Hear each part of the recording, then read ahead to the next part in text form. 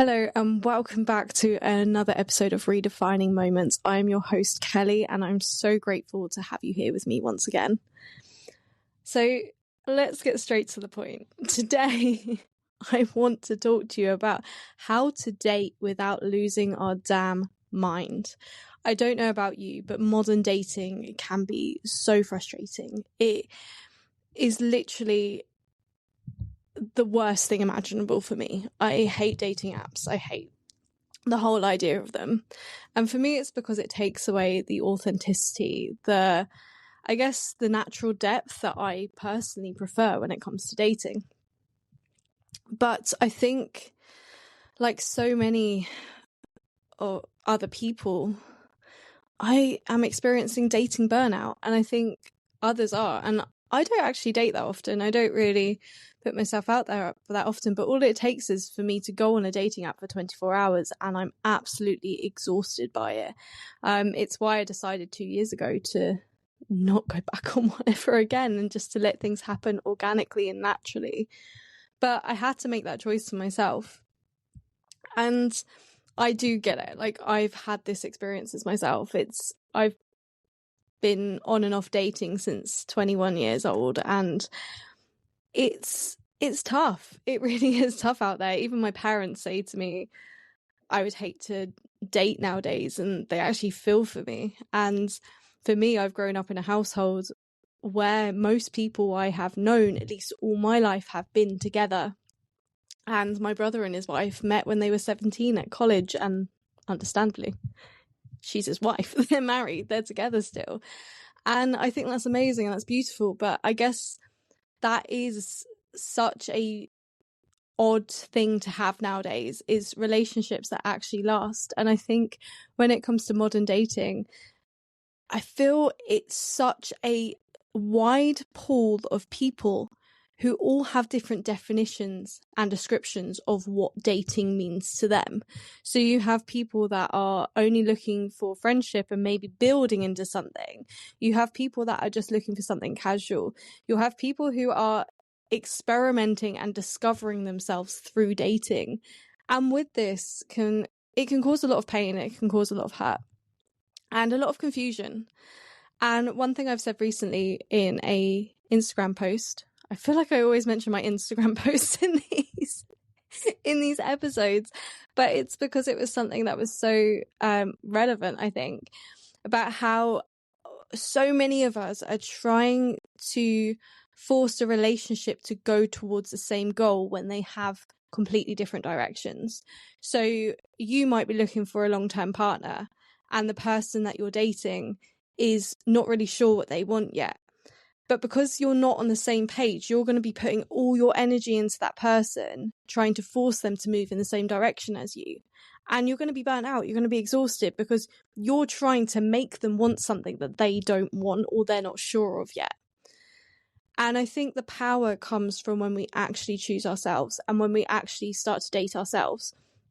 So there's that old saying of, when you stop, you'll find it. And I agree with it to some sense, but I don't believe it's from actually stopping. I believe it's from when you choose yourself, when you stop trying to force a relationship to happen, when you take that moment to just let go of what could happen and just choose to accept yourself, choose to date yourself, choose to go inwards. Because when you go inwards, what happens is you start to align with people that actually value or respect the same things as you. And when they usually value or respect the same things as you, they're more likely to be moving in the same direction.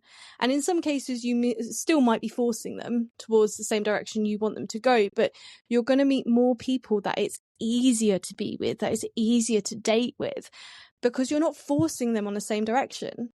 But the key in this is knowing ourselves and actually knowing what we want.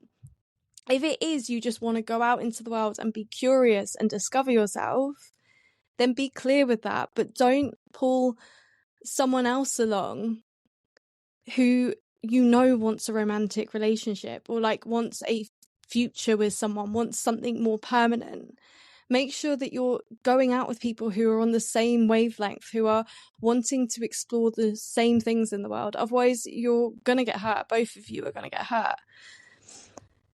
The key is to go out into the world with a sense of understanding and being as clear as we can with that. And we are going to make mistakes, trust me. That's the beautiful thing about dating, I would say, is we all will make mistakes. And I find from my experience, I've learned so much from my dating experiences, and I don't regret anyone I've gone out with, because for me, they've been catalysts in my life. They've allowed me to know myself more deeply. They've allowed me to get clearer on what I want, and have allowed me to almost become dishonest with myself to then become honest with myself. And what I mean by this is there was a point in my life, like when I was dating in my early 20s, I would say to people that I want kids, I want marriage, I want this.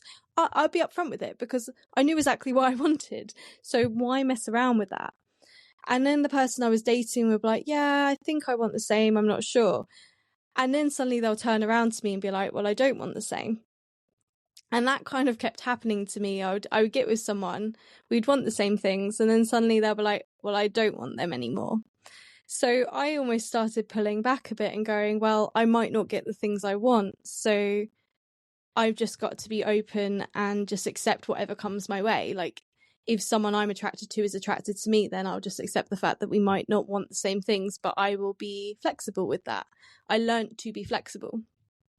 And as a result, I realized I've been almost denying my deepest desires and needs whilst acting out a relationship that I didn't truly want.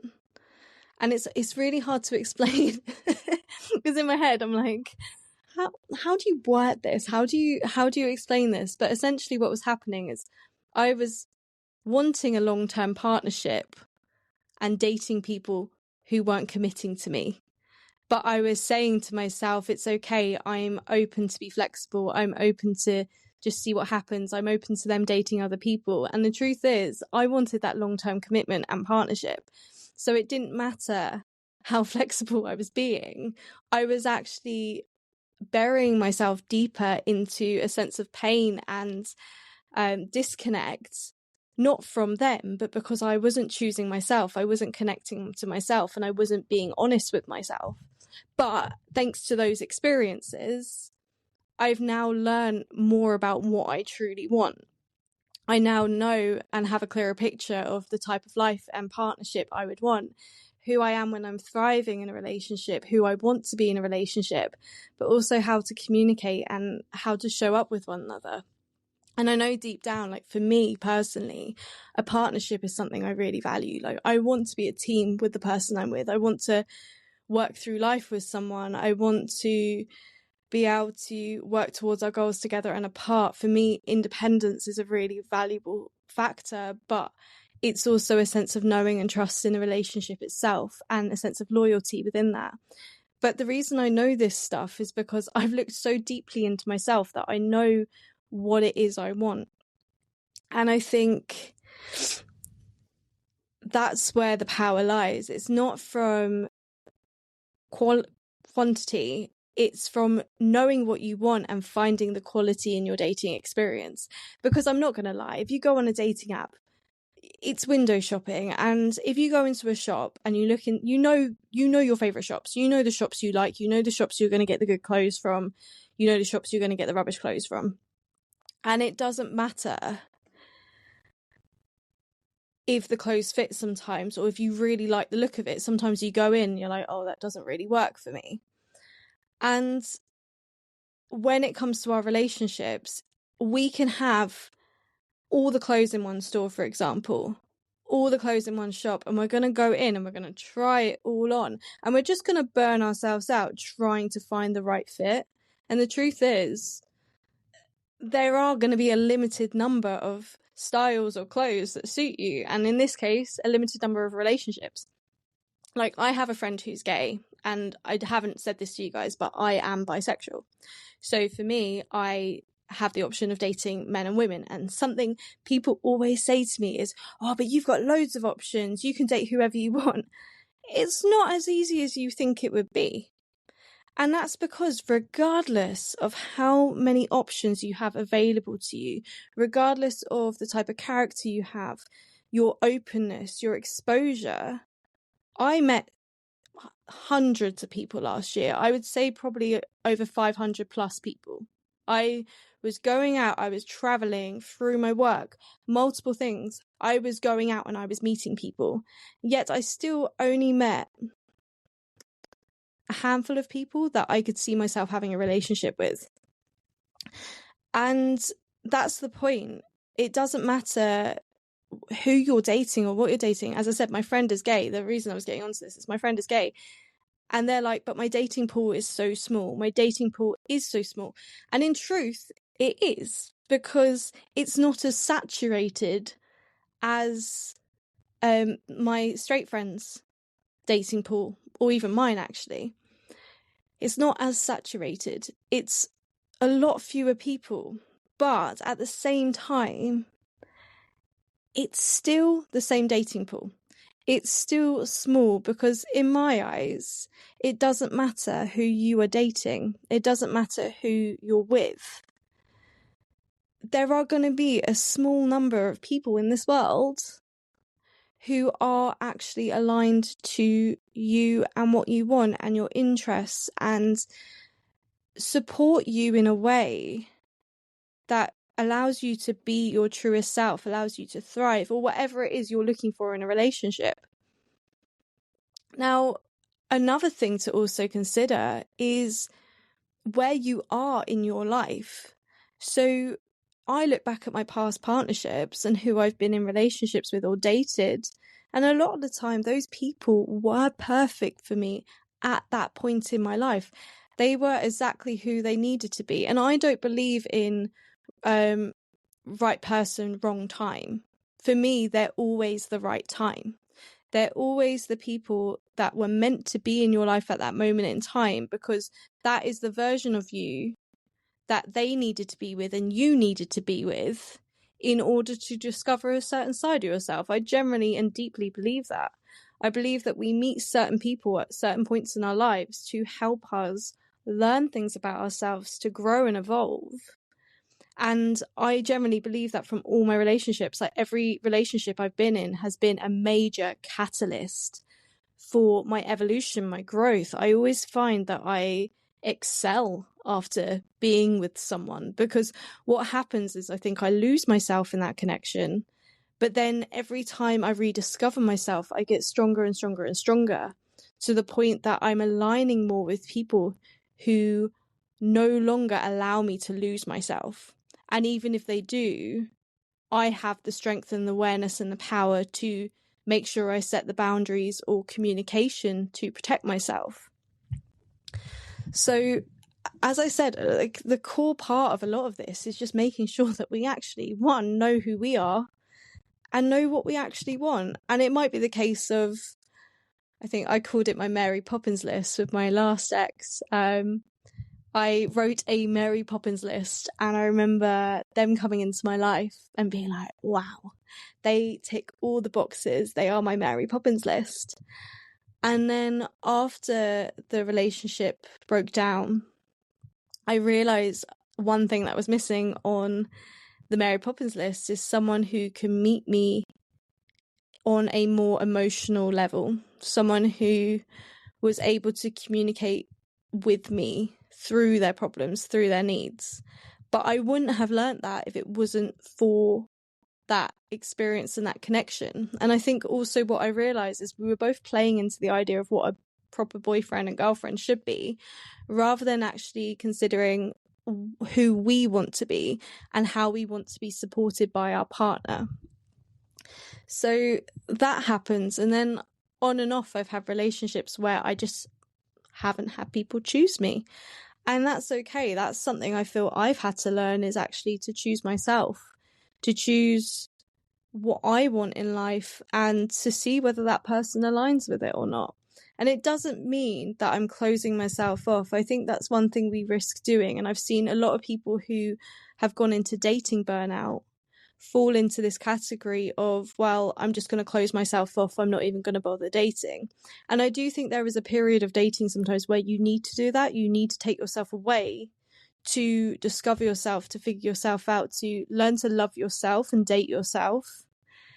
But then there's a point where you also need to be open to the possibility of meeting someone, the possibility of meeting the love of your life, the possibility of meeting someone you can spend your life with or have kids with or whatever it might be. You need to be open to that. And I feel my experiences over the last couple of years have started to allow me to be more open to the possibility of what I want without closing myself off, but still maintaining the boundaries to be able to choose myself. So I can be open to potentially having a life with someone, but also I recognize when I need to take my own life into my own hands and actually choose either to communicate in a certain way, to continue with the relationship, just to continue with my life, or to take a step back if it's not offering me what I need or want. And as I said, that's come from years of understanding, like, what has my past relationships offered me? What is it that I've learned about myself through that relationship? What are the things that I really enjoyed about myself and loved about myself in the relationship, as well as the other person? But I do think that the key is actually knowing what we loved about ourselves, because that is a quality that we hold within a relationship. It's a factor that will always remain with us. It's just that person mirrored that beauty or that joy or that laughter or possibility back to us.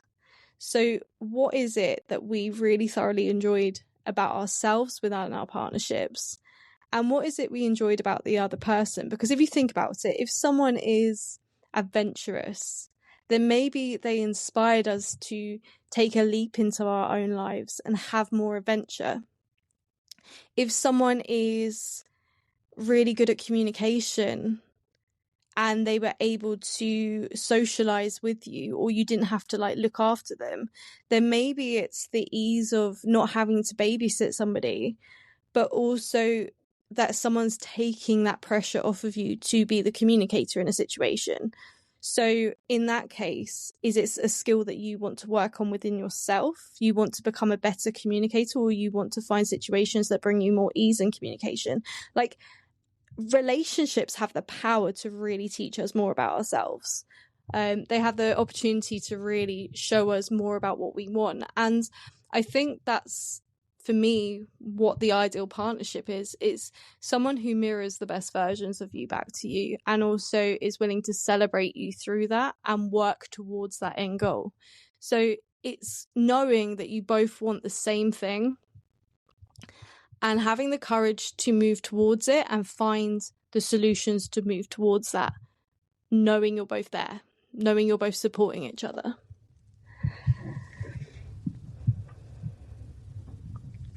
And I think I mentioned this, I believe, briefly. I think it's about quality, not quantity. I think modern dating is such a forced culture. It's forcing us to date as many people, to expose ourselves. But I think within that as well, where it can become lazy. Like, one of my friends, I absolutely love her, 'cause she goes out and she sees it as data. So she sees it as an opportunity to learn. Like I said, learn about herself, learn about what you want in life, learn more about how you interact with other people, maybe try a new experience. And that's how I've been approaching dating for quite a few years. Is like, I might as well get a new experience or skill out of it. But also it's an opportunity to understand more of what you want and to listen to your own gut instinct. Because I think the issue when we are dating people is we actually don't listen to or respect our own boundaries and needs. And actually we lose trust within ourselves. We lose trust within ourselves and we stop trusting dating because we don't always trust ourselves within dating. So when we are dating, it's having the balance of what is your non-negotiables? What is your negotiables in the sense of like, it's something I'm still serious about, but I'm open-minded. And then what is your, like, this is my wins, this is my golden situation? Because it might be, I think I was dating someone a couple of years back who I thought was my golden situation. On paper, they were everything I could have asked for. They literally had similar experiences to me, very like-minded. They made me laugh. It was amazing. And I went on a date with them and I was like, there's no spark here. And I was encouraged to, as I think a lot of us are, to, don't always listen to the spark, because the spark is sometimes just wounds or just unhealthy responses.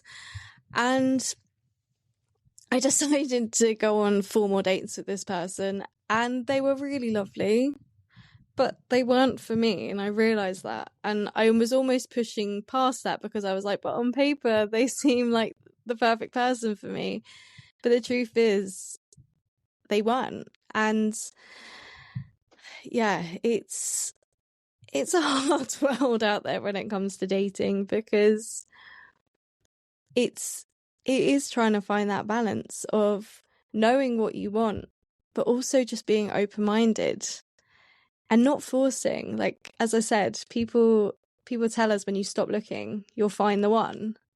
And I for me, I was constantly like, oh, I'll stop looking, and I'll force myself to stop looking.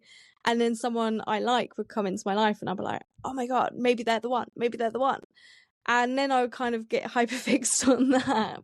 But the truth is, when I chose myself, when I started to date myself, as I said, more people came into my life that were more aligned to me. And generally, like, I could see myself being with this person.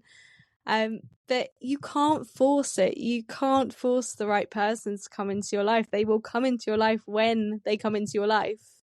I think we're a world that desperately wants to be loved. We're in a world of people that just want to be chosen. They want to be seen. They want to be valued. And we often see that through finding the perfect partner. But I generally think the thing that will heal all of us is actually trying to find that love within ourselves. A lot of it comes from our own childhood and our own childhood experiences. And we can't fault our past. We can't fault our parents for the experiences we didn't have or we did have. But it's giving us the space to heal those wounds, to learn to nurture ourselves where we were lacking, to learn to understand what it is that we truly desire in love, and to recognize what it is we really want. And it doesn't mean that we have to go out searching for that, like, every step of the way. It doesn't mean that we have to, like, force ourselves to go and find that exact person. It's just giving us an idea of, like, yeah, I would like that type of person. Just create a mental check of it and being like, yeah, okay, that sounds like it would be a nice person to date. Great. Write it down. Have it somewhere, but don't cling on to it. Just allow it to be, and allow ourselves to, like, relax into life, relax into love, because that's when we're going to be happy. That's when we're going to find fulfillment, because fulfillment doesn't come from another person. It comes from finding ourselves and giving ourselves the time, space, and energy, as I said, to be seen, valued, and appreciated, not because we feel someone else is going to fix us and help us. It's going to come from actually knowing who we are, enjoying life because we enjoy it, not because someone's told us to enjoy it. Enjoying life and loving life because we found love within ourselves. We found a sense of completeness within ourselves.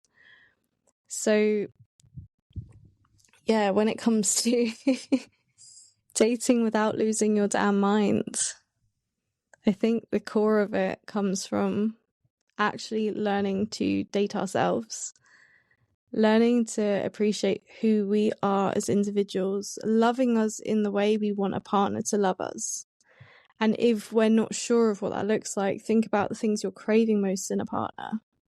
In some cases, I find that when I'm deeply wanting a hug or I'm wanting a connection with another human being, it's often because there's something I'm missing where I'm not nurturing myself. And when I connect more deeply with myself, I personally don't need a partner. But I also admit that that's something I would like in my life. And there's nothing wrong with that, but it's finding the balance. It's finding that courage to love yourself and to, I guess, potentially live the rest of your life single. Like, what would you do if you were trapped in the life of being single for the rest of your life? What would you do to make the most of it? If someone told you that you are never going to meet your partner, you are never going to meet the love of your life, what would you do instead? What would you do differently? What would you choose to do for yourself to celebrate you, to love you, to nurture you? Because the chances are we all will meet the person we're meant to be with, or the person we're going to spend our life with. But we might as well enjoy the time being single. We might as well enjoy the experience of dating. We might as well find love within dating, love within ourselves being single, love within ourselves with a partner. It's giving ourselves the space to just celebrate this time, whatever it may be, and to just look deeper into ourselves because, as I said, dating is hard. It can be tiring. It can be exhausting. But the person we are looking for is out there, and it might be within ourselves, and it might be another person, it might be more than one person. But it is just allowing ourselves to take the lessons from the moment and just find compassion and kindness within ourselves and with other people. It's trying to take a step back from not forcing life to go how we want it to go. Because forcing comes from a place of desperation. It comes from a place of lack. So it's worth sitting with that, understanding that, knowing what that void is crying out for, knowing what it's trying to complete within yourself. Because if you do most of the work, then maybe that last person will come into your life and just give you the chance to see the beauty that already exists within you and just reflect the last pieces of the puzzle that you didn't know existed within yourself. Because they're not going to be the ones to complete you, but they might be the person that shines the light on the very thing that you needed to complete yourself. So give yourself the patience, the kindness, and the compassion. And if you love this episode and you want to hear more, see more, or share your own experiences, just comment, follow, and share with your friends, because I think we can all do with finding more compassion when it comes to love. Now, this might have not given us the full answers of how to not lose our darn mind when it comes to dating, but I'm hoping it gives you the opportunity to give yourself more kindness, to see yourself more authentically, to know that you will find that person, but we don't need to force it. How can you date yourself now? How can you celebrate your life now? How can you be the person you need to be for you and nobody else? And admittedly, what parts of yourself need that little bit of TLC? Until next time.